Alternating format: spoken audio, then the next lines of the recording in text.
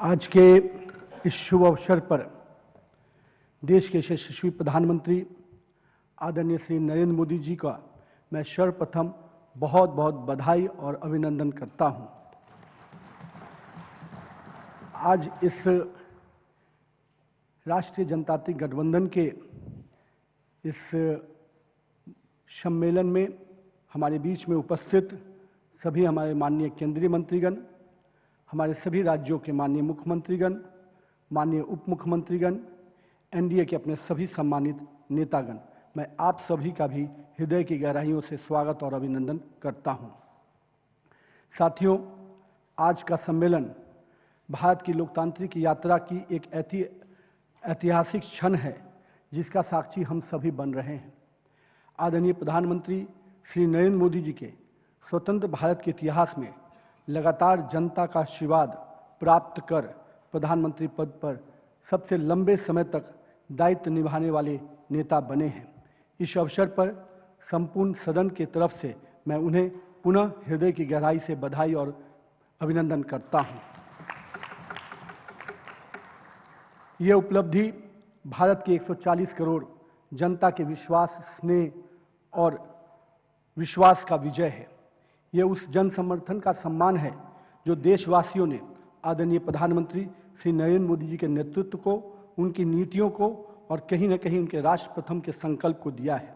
राष्ट्र प्रथम की भावना, विकास और सुशासन की राजनीति, विकसित भारत के संकल्प, देश की जनता को निरंतर उसका समर्थन हमें मिलता आ रहा है उनके नेतृत्व में। बीते वर्षों में उपलब्धियों को अगर स्मरण करें तो उसे इस यात्रा को समझने का मौका मिलता है जिसने पिछले 12 वर्षों में भारत को नई दिशा, नई गति और नया आत्मविश्वास दिया है। साथ ही साथ विकसित भारत के संकल्प को लेकर आगे बढ़ने का हमारा दृढ़ संकल्प, सामूहिक दायित्व को भी अवसर प्रदान किया है। साथियों, एनडीए की यह उपलब्धि यह सिद्ध करती है कि राष्ट्रीय जनतांत्रिक गठबंधन केवल चुनावी समीकरण का गठबंधन नहीं बल्कि राष्ट्र निर्माण का साझा संकल्प है जिससे जुड़ा एक व्यापक राष्ट्रीय परिवार है।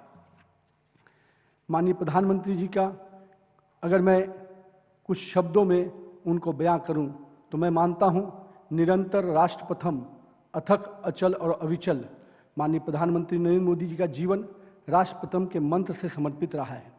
सत्ता उनके लिए साध्य न होकर राष्ट्र सेवा का माध्यम बना। माननीय प्रधानमंत्री नरेंद्र मोदी जी की ये 3 विशेषताएं, अथक, उन्होंने कभी भी विश्राम नहीं किया, निरंतर परिश्रम को अपनी कार्यशैली बनाया। अचल, क्योंकि उन्होंने राष्ट्र हितों में प्रश्नों पर कभी भी कोई समझौता नहीं किया। अविचल, क्योंकि उन्होंने चुनौतियों को, आलोचनाओं को, विरोध के बीच भी वे अपने संकल्पों पर दृढ़ रहे। और आज जब सेवा, साधना और राष्ट्र निर्माण के एक सफर में एक कार्यकर्ता से विश्व नेता के प्रेरक यात्रा उन्होंने निभाई की है तो हम सभी आज माननीय प्रधानमंत्री जी को उनके सेवा, साधना और राष्ट्र निर्माण में ऐसी प्रेरक यात्रा के लिए उनका अभिवादन करते हैं जिसने एक साधारण से कार्यकर्ता को विश्व मंच पर भारत का नेतृत्व करने वाला विश्व नेता के रूप में स्थापित किया है। उनकी यात्रा किसी शाही परिवार से नहीं, न ही किसी सत्ता के गलियारों से निकली, बल्कि उनका जीवन सेवा और संगठन की तपोभूमि राष्ट्रीय स्वयंसेवक संघ से शुरू हुआ।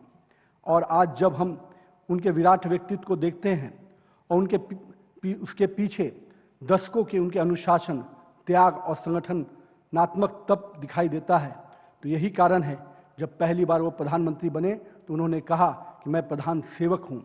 साथियों, युगों युगों तक कुछ ही ऐसे व्यक्तित्व होते हैं जो अपने समय के कालखंड में दिशा निर्धारित करते हैं, करोड़ों लोगों की आकांक्षाओं का प्रतिनिधित्व करते हैं, जिनका नाम एक कालखंड की पहचान बन जाता है। आज आदरणीय प्रधानमंत्री जी के नरेंद्र मोदी जी के नेतृत्व में ऐसे ही युग निर्माता, नेतृत्वकर्ता के प्रतीक बनकर उभरे हैं। साथियों, पिछले 12 वर्षों में केवल नीतियां ही नहीं बदली, भारत के सामाजिक और राष्ट्रीय ट्रेंड भी बदले। एक समय था जब व्यवस्था के प्रति निराशा का वातावरण पूरे देश में बना था, लेकिन आज माननीय प्रधानमंत्री नरेंद्र मोदी जी के नेतृत्व में आशा और आकांक्षाओं का नया भारत की पहचान बन रही है। आज स्टार्टअप शुरू करना, स्वच्छ भारत की परिकल्पना, vocal for local, make in India या अपनी विरासत पर गर्व करना हो, योग और आध्यात्मिक पर्यटन को बढ़ावा देना हो और सबसे महत्वपूर्ण राष्ट्र प्रथम की भावना। कहीं ना कहीं ये एक सामूहिक संकल्प है जो आज के युवाओं के साथ साथ करोड़ों भारतवासियों का ट्रेंड बन चुका है। माननीय प्रधानमंत्री नरेंद्र मोदी जी के नेतृत्व में आज भारत एक नई कहानी लिख रहा है। इस नई कहानी को देश का युवा, देश की मातृशक्ति, देश का किसान, मजदूर और मध्य वर्ग सब मिलकर लिख रहे हैं। 140 करोड़ देशवासियों का एक साझा दिशा, एक साझा संकल्प और एक साझा लक्ष्य के साथ सभी भारतीय मिलकर माननीय प्रधानमंत्री के साथ संकल्प को आगे बढ़ा रहे हैं। साथियों, गरीबी कुछ आंकड़े नहीं हैं। जिन लोगों ने केवल इसको आंकड़ों में देखा वो इसके कभी भी इसके समाधान के लिए आगे नहीं बढ़ पाए। गरीबी के दर्द को किसी ने देखा और उसको जिया तो हमारे माननीय प्रधानमंत्री जी ने। उन्होंने माँ की उस पीड़ा को भी देखा जो धुएं से के चूल्हे में लड़ती हुई दिखी। उन्होंने उस परिवार की चिंता देखी जो बीमारी में अपने सब कुछ बेचने को मजबूर हुआ। उन्होंने उस बेटी के संघर्ष को देखा जिसने शौचालय के अभाव में असुरक्षा और अपमान को झेला।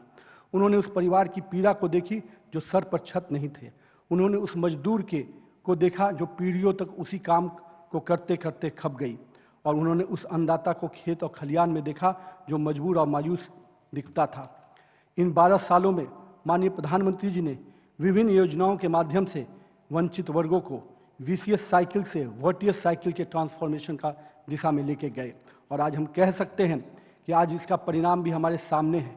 25 करोड़ गरीब परिवारों को अगर हमने गरीबी रेखा से बाहर निकाला, 80 करोड़ लोगों को खाद्यान्न सुरक्षा दी, 60 करोड़ लोगों को आयुष्मान सुरक्षा कवच मिला, 75 लाख से अधिक रेवड़ी पटरी वाले को पीएम स्वनिधि मिला, 4 करोड़ से अधिक पक्के घर मिले और 4.25 लाख से अधिक राशि किसानों के खाते में गई। तो हम कह सकते हैं कि माननीय प्रधानमंत्री जी ने उन गरीब के चेहरे पे खुशहाली, उन गरीब के चेहरे पे कहीं ना कहीं सम्मान लाने का काम किया है।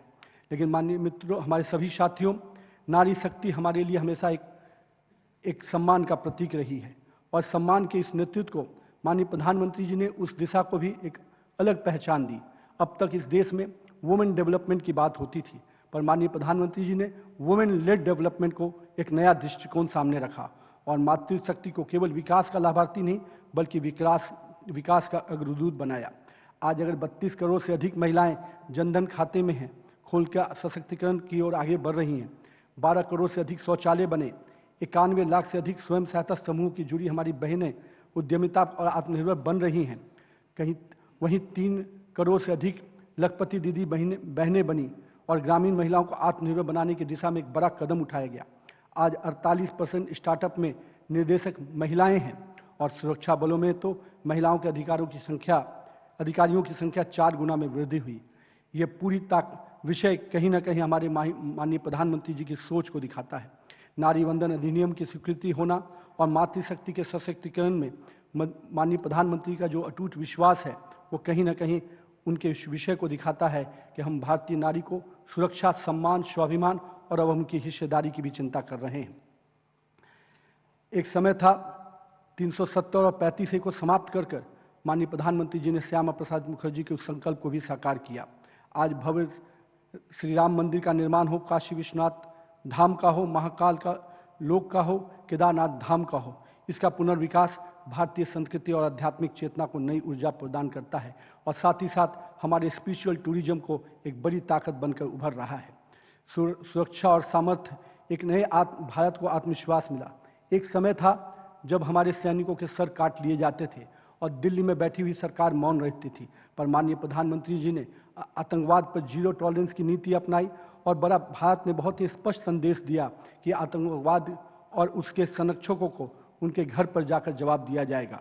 Surgical strike, air strike, operation Sindoor, दुनिया भर में यह स्पष्ट संदेश, नया भारत अपनी सुरक्षा और सम्मान की रक्षा के लिए हर आवश्यक कदम उठाने को तैयार खड़ा है। मैं मानता हूं कि जिस प्रकार से माननीय प्रधानमंत्री जी ने सुरक्षा की दृष्टि से जो बड़े कदम उठाए हैं, आज कहीं ना कहीं पूरा भारत उनके इस कदम के साथ चल पड़ा है।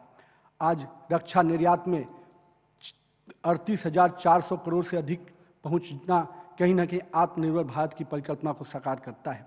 नक्सलवाद को भी विरुद्ध निर्णायक लड़ाई लड़ी गई और आज हम कह सकते हैं कि नक्सलवाद को हम लोगों ने जड़ों से समाप्त करने का काम किया। माननीय प्रधानमंत्री के नेतृत्व में चंद्रयान 3 और आदित्य L1 के अंतरिक्ष क्षेत्र में भारत के परचम को पूरे विश्व ने सराहा है। आज भारत विश्व के सबसे बड़े, सबसे ऊंचे, सबसे व्यापक और सबसे प्रभावशाली व्यवस्थाओं के निर्माण का केंद्र बनता जा रहा है। विश्व में एक धुरी के रूप में भारत अपने आप को स्थापित कर रहा है। ये इंजीनियरिंग मार्वल नए भारत के बढ़ते सामर्थ्य, आत्मविश्वास और वैश्विक प्रतिष्ठा का प्रमाण है। विश्व के सबसे ऊंची प्रतिमा स्टैच्यू ऑफ यूनिटी, विश्व के सबसे ऊंचा rail arch bridge Chenab bridge, 10,000 feet से ऊपर विश्व की सबसे लंबी हाईवे टनल अटल टनल, विश्व के सबसे बड़ा स्वास्थ्य सुरक्षा कवच आयुष्मान भारत, विश्व का सबसे बड़ा खाद्य सुरक्षा कार्यक्रम अन्न प्रधानमंत्री गरीब कल्याण अन्न योजना। यूपीआई में भी जिस प्रकार से 314 लाख करोड़ का वार्षिक डिजिटल लेन देन भारत को पूरे दुनिया में डिजिटल ट्रांजैक्शन के क्षेत्र में अग्रणी बनाता है और पूरे विश्व के 49% डिजिटल ट्रांजैक्शन भारत में होते हैं। कोविड के काल में भी दुनिया का सबसे बड़ा टीकाकरण अभियान 220 करोड़ डोज कहीं ना कहीं भारत के नए भारत की तस्वीर को बयां करता है। पिछले 12 वर्षों में सभी के प्रयासों से माननीय प्रधानमंत्री मोदी जी ने गवर्नेंस को आसान और लोगों के लिए सुलभ और सुगम बनाया। मिनिमम गवर्नमेंट मैक्सिमम गवर्नेंस के मंत्र को अपनाते हुए सरकार के काम को तेज, पारदर्शी और प्रभावी बनाया है। माननीय पिछले लंबे समय तक भारत के युवाओं को एक नई दिशा माननीय प्रधानमंत्री ने दी है। मैं मानता हूं कि आज का युवा न्यू जनरेशन के रूप में आगे बढ़ रहा है। ये एक नई पीढ़ी है जो नेशनलिज्म, एंटरप्रेन्योरशिप और ऑप्टिमिस्टिक होकर आगे बढ़ रही है। एक ऐसी पीढ़ी जो भारत की संस्कृति, सभ्यता, विरासत और राष्ट्रीय गौरव पर गर्व करती है। एक ऐसी पीढ़ी जो startup India, digital India, make in India और नवाचार आदि आर्थिक व्यवस्थाओं में अपनी अग्रणी भूमिका निभा रहा है। आज का युवा नौकरी देने वाला ही नहीं, नौकरी पाने वाला ही नहीं, नौकरी देने वाला बन रहा है। ऑप्टिमिस्टिक एक ऐसी पीढ़ी जिसमें भारत के भविष्य और अपनी क्षमता पर अटूट विश्वास है, जो चुनौतियों को अवसर में देखता है और विकसित भारत 2047 के माननीय प्रधानमंत्री के सपने के साथ जुड़कर काम कर रहा है। मित्रों, आज अगर 2 लाख से अधिक स्टार्टअप, 125 से अधिक यूनिकॉर्न कहीं ना कहीं भारत के युवाओं की कहानी बता रहे हैं। आज खेलो India, fit India movement, target Olympic podium scheme के तहत हमारे युवा खेल के क्षेत्र में अपनी पहचान अंतर्राष्ट्रीय स्तर पर बना रहे हैं। आज का युवा कहीं ना कहीं जम्मू कश्मीर के उस रणजी चैंपियन के रूप में दिखता है जो कल तक स्टोन पेटर्स और पत्थरबाजों के रूप में जाना जाता था। मैं मानता हूं कि माननीय प्रधानमंत्री जी के निर्णायक और दूरदर्शी नेतृत्व में आज केवल भारत एक विश्व पटल पर अपनी अलग पहचान बना रहा है और उनका नेतृत्व आज विश्व के 32 देशों में माननीय प्रधानमंत्री जी को सर्वोच्च नागरिक सम्मान देना 140 करोड़ देशवासियों को सम्मानित करने के बराबर है। आज माननीय प्रधानमंत्री जी का जो विश्व पटल पर लगातार अग्रणी भूमिका निभाना, इंटरनेशनल सोलर अलायंस से सस्टेनेबल डेवलपमेंट तक, G20 से ब्रिक्स जैसे प्लेटफॉर्म पर भारत की सशक्त आवाज़ बनना कहीं ना कहीं माननीय प्रधानमंत्री के नरेंद्र मोदी के नेतृत्व को दिखाता है। नई भारत जो आज विश्व AI समिट के माध्यम से 2026 में जिस प्रकार से पूरा अग्रणी लीडिंग नेशन के रूप में बढ़ा है, मैं मानता हूं कि भारत AI के क्षेत्र में नरेंद्र मोदी के नेतृत्व में निश्चित रूप से अपनी नई पहचान बनाएगा। साथियों, पिछले वर्षों में देश में जो परिवर्तन देखा, जो उपलब्धियां प्राप्त की, जिस प्रकार से माननीय प्रधानमंत्री नरेंद्र मोदी जी के नेतृत्व में सुशासन, विकास और जन कल्याण को नई गति मिली, उसको सबसे बड़ा प्रमाण देश की जनता का बढ़ता जन विश्वास है। वर्ष 2014 में जब माननीय प्रधानमंत्री नरेंद्र मोदी के नेतृत्व में हम सेवा और सुशासन को अवसर बना के आगे बढ़े थे, आज एनडीए की उपस्थिति, स्वीकार्यता देश के लगभग प्रत्येक क्षेत्र में दिख रही है और यही कारण है कि भारतीय जनता पार्टी और एनडीए के सहयोगी दल मिलकर देश के 22 राज्यों और केंद्रशासित प्रदेशों में प्रत्यक्ष रूप से सरकार चला रहे हैं। साथियों, 2047 का विकसित भारत किसी एक सरकार, किसी एक दल या किसी एक नेता का स्वप्न नहीं, ये अब 140 करोड़ भारतवासियों का सामूहिक स्वप्न बना है। पिछले 12 वर्षों में उस स्वप्न को दिशा देने का काम माननीय प्रधानमंत्री जी ने किया है और आने वाले 21 वर्ष में उस स्वप्न को पूर्ण करने के लिए हम सब को मिलकर माननीय प्रधानमंत्री नरेंद्र मोदी के नेतृत्व में आगे बढ़ना है। प्रधानमंत्री नरेंद्र मोदी का ऐसा भारत बनाना है जो सशक्त हो, समृद्ध हो, सुरक्षित हो, समर्थ हो और स्वावलंबी हो। तो आइए माननीय प्रधानमंत्री जी के इस मूल मंत्र सबका साथ, सबका विकास, सबका विश्वास और सबका प्रयास के इस मूल मंत्र से हम सब जुड़े और आपके माध्यम से हम नेशनल कलेक्टिव ड्रीम को लेकर आगे बढ़े। वंदे मातरम। भारत माता की जय।